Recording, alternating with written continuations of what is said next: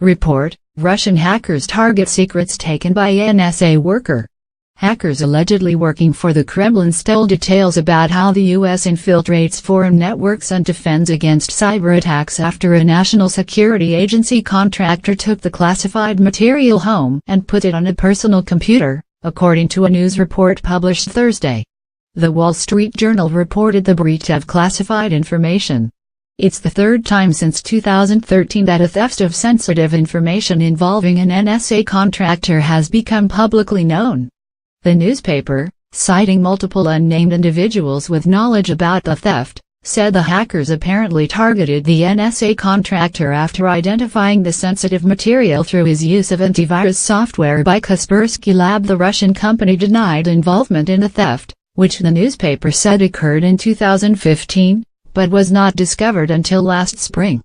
The NSA declined to respond to the news report, saying it is a policy not to comment on personnel matters or investigations that might or might not be occurring.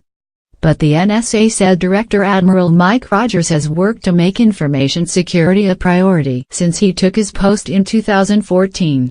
The newspaper, citing people familiar with the issue, said Rogers has received a letter of reprimand from his superiors. NSA operates in one of the most complicated information technology environments in the world, the agency said in a statement provided to the Associated Press. Over the past several years, we have continued to build on internal security improvements, while carrying out the mission to defend the nation and our allies. The name of the contractor is not publicly known. It's unclear if he has been dismissed or charged in the incident, which is still being investigated. In 2013, former NSA contractor Edward Snowden leaked classified material exposing U.S. government surveillance programs. In August 2016, Harold Thomas Martin III, 51, of Glen Burnie, Maryland, was arrested by the FBI after federal prosecutors say he illegally removed highly classified information and stored the material in his home and car. Kaspersky said it has not been provided with any evidence substantiating the company's involvement in the incident. It is unfortunate that news coverage of unproven claims continue to perpetuate accusations about the company, Kaspersky said in a statement provided to the AP. Last month, the U.S. banned federal agencies from using computer software supplied by Kaspersky Lab because of concerns about the company's ties to the Kremlin and Russian spy operations. As it did then, the company insisted that it does not have inappropriate ties to any government, including Russia. The company said it appears to be caught in the middle of a geopolitical fight.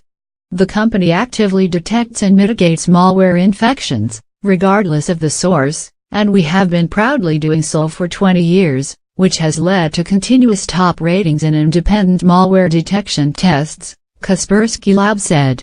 It's also important to note that Kaspersky Lab products adhere to the cybersecurity industry's strict standards and have similar levels of access and privileges to the systems they protect as any other popular security vendor in the U.S. and around the world. The chief executive of the software company, Eugene Kaspersky, is a mathematical engineer who attended a KGB-sponsored school and once worked for Russia's Ministry of Defense. His critics say it's unlikely that his company could operate independently in Russia, where the economy is dominated by state-owned companies and the power of spy agencies has expanded dramatically under President Vladimir Putin. News of the breach alarmed former NSA workers. Kaspersky copying NSA information from an NSA person's computer?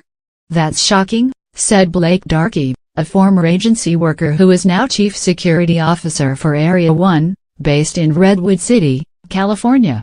He said it's possible the contractor was working to develop malicious code for the NSA, which could have triggered an alarm at Kaspersky, which then looked at that data.